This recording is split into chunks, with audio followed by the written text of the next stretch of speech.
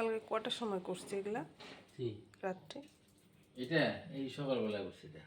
কোনটা? বাবুজন আসলো। সকালে কটার সময়? বাবুজন আসলো, কটা হবে? 6টা বাজে নাই। ওই সিলিং দিয়ে করছে? চেঞ্জ করছে। কে যে করলো এটা তো বুঝতে পারলাম না। বড় বালতিটা নাও না। নমস্কার, কেমন আছো তোমরা সবাই? সহজ জীবনের রান্নাঘরের আরও একটি ব্লগে তোমাদের স্বাগত জানাই। দেখো না, সকাল সকাল এই জানি না কালকের থেকে একটা বিড়াল ভীষণ অত্যাচার করছে। সেই মানে সিলিংয়ে উঠে পেচ্ছাপ করছে। এখন বাইরের বিড়াল জানি না, নাকি আমার একটা বিড়াল হতে পারে, আমারই হয়তো। তো যাই হোক, এখন রান্নাবান্নাও করব, কারণ ওই আজকের দিনটা এতদিন থেকে ভাবছি এই দিনটা তো আসবেই, মনও খারাপ। আর কালকে রাত্রেবেলা একটু কান্নাকাটিও হয়েছে, মেয়ে বলে মা কান্নাকাটি করবা না।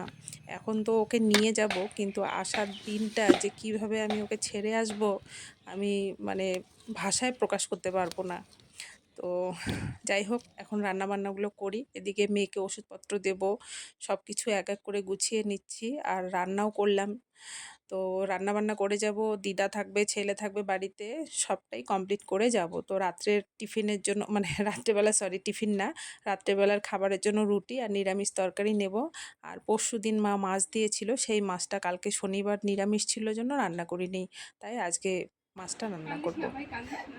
আমি আসবো তো, আমি আসবো তারপরে কষ্ট তো লাগবে, যাইতে হবে তুই তাকে আসবো তো, আমি পুজোর সময় আসবো। সে একটু খারাপ লাগতেছে। আমার মা বলতেছে যে রূপসা দিদি যাইতেছে না, যা এখনই যাবে গা, রেডি রেডি বইলা গেল নাকি কি বা বলছে, বলে যাচ্ছে গা, যা একটু দেখা করে আয়। এক নম্বর জিএমটা দাও না, বাবা চাইতেছে। যাক আগে, তারপরে আসার চিন্তা। না গেলে আরো বেশি ভালো। না গেলে আরো বেশি ভালো? না গেলে তো হবে না। এই যে 1:30টার সময় গাড়ি আসবে, সময় হয়ে গেছে। আর ব্যাগপত্র সব বের করে নিয়েছি। এখানে 3টা 4টা 5টা 6টা লাগেজ হয়েছে, এটা তো মেয়ের হাতেই থাকবে। তো আসুক গাড়ি, আসুক, গাড়ি আসলে পরেই সব কিছু তুলবো। এরা না বোঝে গো মা, জানো তো, এরা জিনিস বোঝে, এটা কষ্ট পায়, কান্দা পড়ে এরা।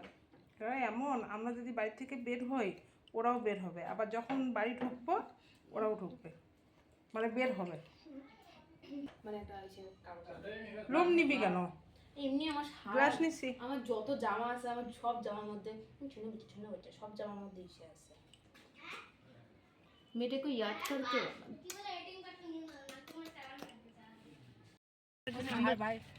ভাই, তোমার ব্যাগটা ভিতরে ঢুকাইতে করো, তোমার ব্যাগটা সাবধানে থাকিস, ভালো থাকিস, আর দুষ্টামি করিস না, বেরোবি না।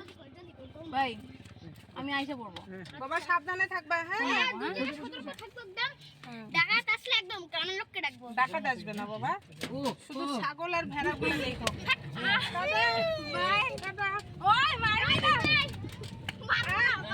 মারামারি করে না।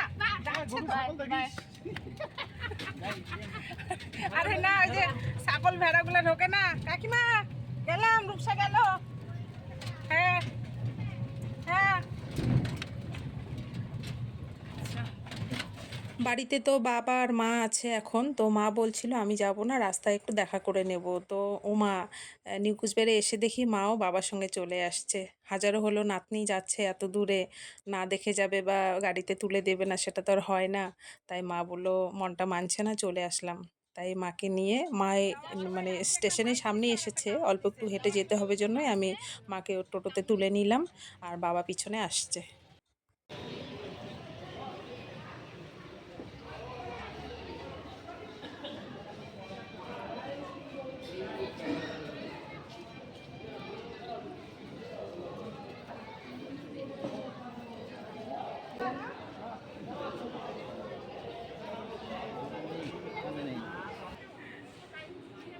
ওই কান্দিস না,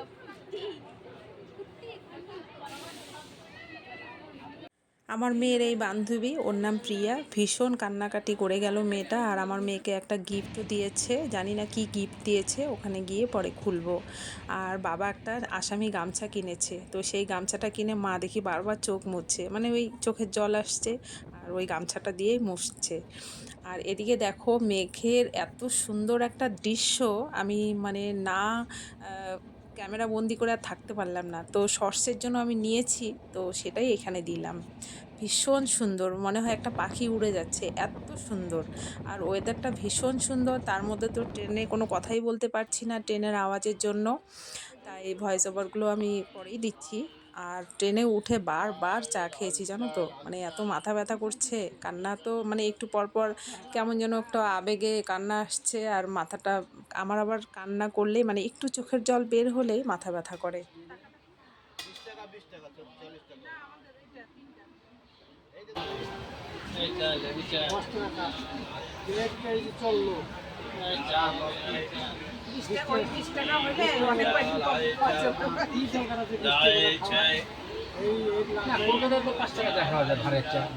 ওটা বেস্ট।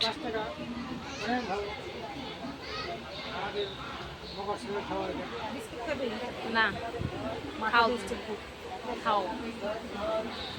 তোমার মার সঙ্গে ট্রাভেল করে মজা আছে, খায়ও, একজন না খেলে খেয়ে দিচ্ছে। আমি ট্রেনে বসলেই না না, আমি আর জামাইবাবু গেলাম বোম্বে।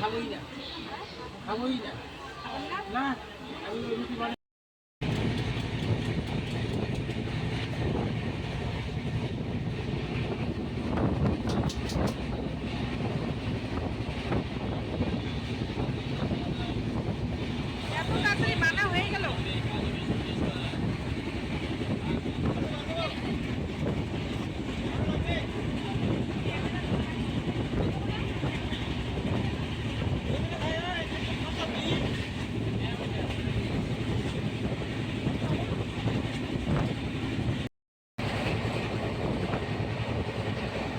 তুই চা খাবি? তাহলে আমরা চা খাই।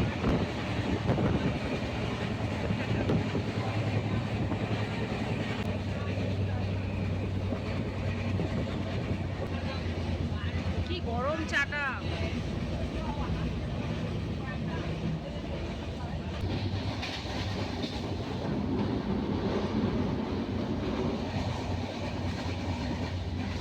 জানো তো বন্ধুরা, আমার খুব দীর্ঘ বিশ্বাস আমার মেয়ে একদিন নিজের পায়ে দাঁড়াবেই, এটা আমার মানে বিশ্বাস। তো বিশ্বাসের সাথে সাথে নিজের কর্মটাও ঠিকমতো করতে হবে, আর আশীর্বাদও লাগবে সবারই। তো ভগবানের আশীর্বাদ তো সবসময় আমরা সবাই চাই যে ভগবান আমাদের সবসময় আশীর্বাদ করুক। আর তার পাশাপাশি আমি তোমাদেরও বলবো, তোমরা সকলেই আমার মেয়েকে আশীর্বাদ করবে, ও যেন মানুষের মতো মানুষ হয় আর জীবনে কিছু করে তারপরও বাড়িতে আসতে পারে। তো ও তো ভাত রুটি কিছুই খায় না, ট্রেনে উঠলে লাস্সি আর টোস্ট খেলো। তো গুড নাইট জানিয়ে সবাইকে ভিডিওটা এখানেই শেষ করছি। সবাই তোমরা ভালো থেকো, সুস্থ থেকো, আর ভিডিওটা কেমন লাগলো সেটা কমেন্টে জানিও। সবাইকে আজকের মতো এখানেই টাটা।